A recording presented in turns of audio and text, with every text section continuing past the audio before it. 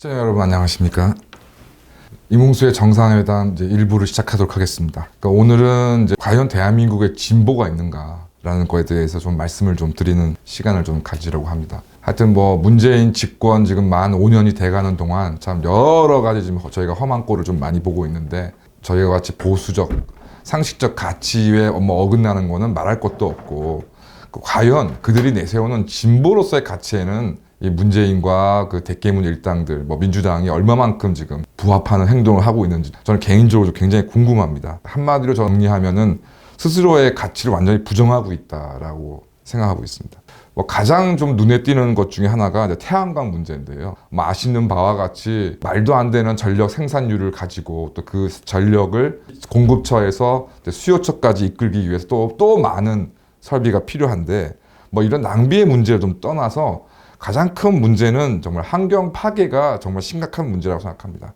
바다 위에 산을 깎아서 그것도 저질의 중공상 태양광 패널을 설치해가지고서 대한민국의 국토를 지금 오염을 시키고 있는데 이거에 대해서 그렇게 떠들던 환경단체들 침묵하고 있습니다. 기억하시는지 모르겠지만 물론 이제 혁명 21도 원전에 대해서는 일정하게 비판적인 입장을 가지고 있습니다만은 이른바 대한민국 환경단체들 원전 자체가 허용이 안 된다면서 아주 난리나게 쳤던 것이 엊그제 일입니다.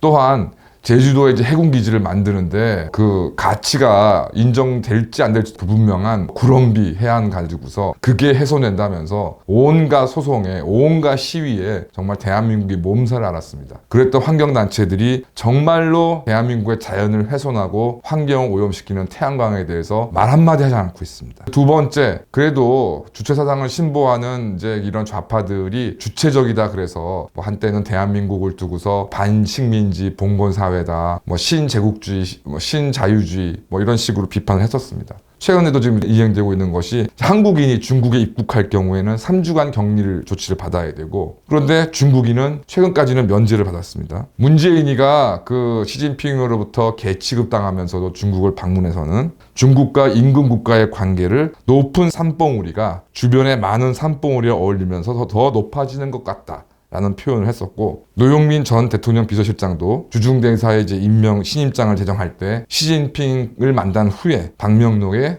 만절필동 이게 이제 모든 만 가지의 하천이 결과적으로 꺾여 동쪽으로 흐른다는 의미로 대표적으로 예전 조선시대에 4대에 앞장섰던 송시열 일당들이 즐겨 쓰던 문구였습니다. 그 문구를 21세기 대한민국의 외교관이 상대 국가 정상에게 방명록에다가 이런 표현을 썼습니다. 도대체 정말 4대주의의 끝을 보는 게 아니냐라는 말씀을 안 드릴 수가 없습니다. 또한 이제 인권 문제에도 좀 외면하고 있습니다. 문재인은 지난 대통령 선거에서 사람이 먼저다라는 공약을 앞세워서 감성을 자극하였는데요. 중공이 지금 벌이고 있는 위구르 참상, 홍콩 보안법 문제에 대해서는 철저히 외면하고 있습니다. 반면 이른바 과거 민주화 운동에 앞장섰던 사람들은 이런 처절하게 인권이 훼손당하고 있는 현실에는 눈을 감으면서도 자신들이 했던 민주화 운동 보상에는 막 착같이 요구하고 있습니다. 최근에는 5.18 보상에 정신적인 위자료가 포함되어 있지 않았다는 이유로 5.18 유족들이 그 5.18 보상 법안에 대해서 위헌 소원을 내었는데요. 헌법재판소는 이를 인용하였습니다.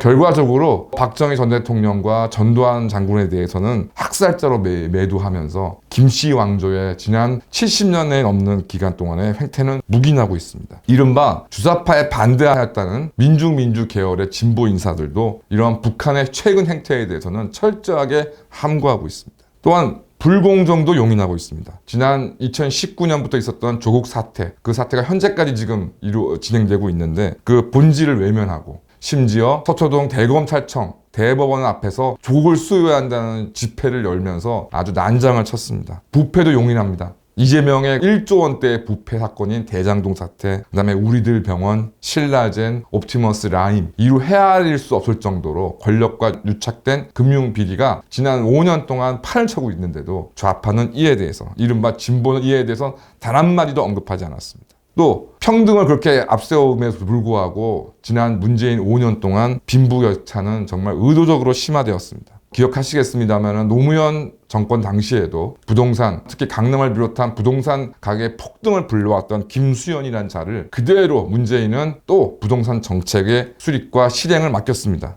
그래서 우리가 결과적으로 지금 노무현 정권 시대가 우스워 보일 정도의 엄청난 부동산 폭등과 이에 따른 자산의 어떤 양극화 현상을 저희가 보고 있습니다.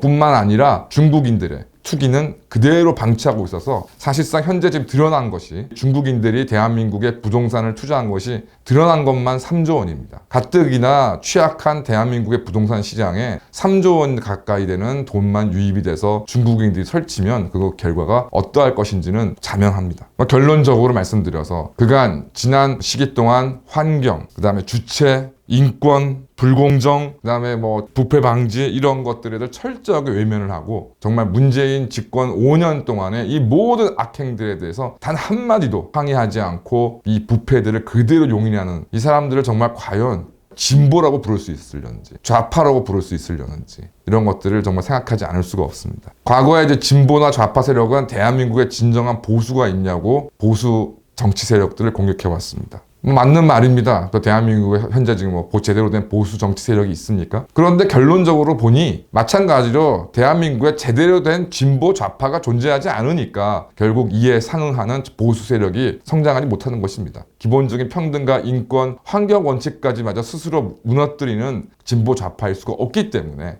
거기에 상응해서 보수 우파도 말 그대로 부패와 질멸면에 빠질 수밖에 없습니다. 이런 점을 봤을 때 결론적으로 정말 박근혜 대통령에 대한 탄핵은 사기였다. 대표를 포함해서 저도 박근혜 대통령 탄핵 사태 당시에 박근혜 대통령이 어떤 형태로든 책임을 져야 된다고 생각을 했었고 그렇게 대해 생각한 이유는 박근혜 대통령이란 개인이 미워서라던가 박근혜 대통령 개인의 모든 책임이 있다고 생각한 것이 아니라 이러저러한 국정의 난맹상을 초래한 박근혜 대통령에 대한 합당한 책임을 추궁하는 것만이 더 나은 대한민국을 만들 수 있다는 생각이었습니다. 하지만 탄핵 사태를 주도했던 대한민국의 이른바 보수 진보 좌우파 세력의 주장과 실천은 다 모두 사기였다. 그런 의미에서 정말 탄핵은 사기였다고 생각이 듭니다.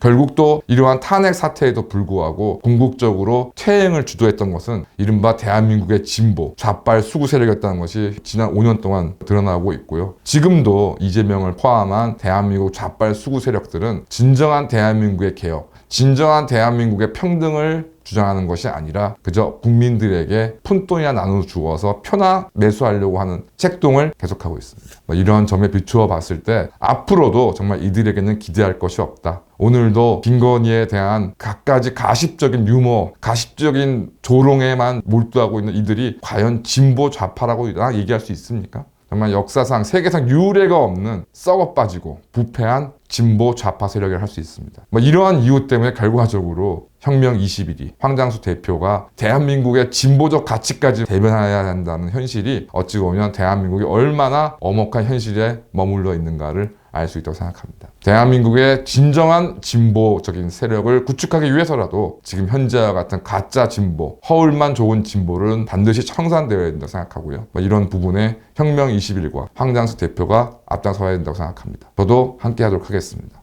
감사합니다.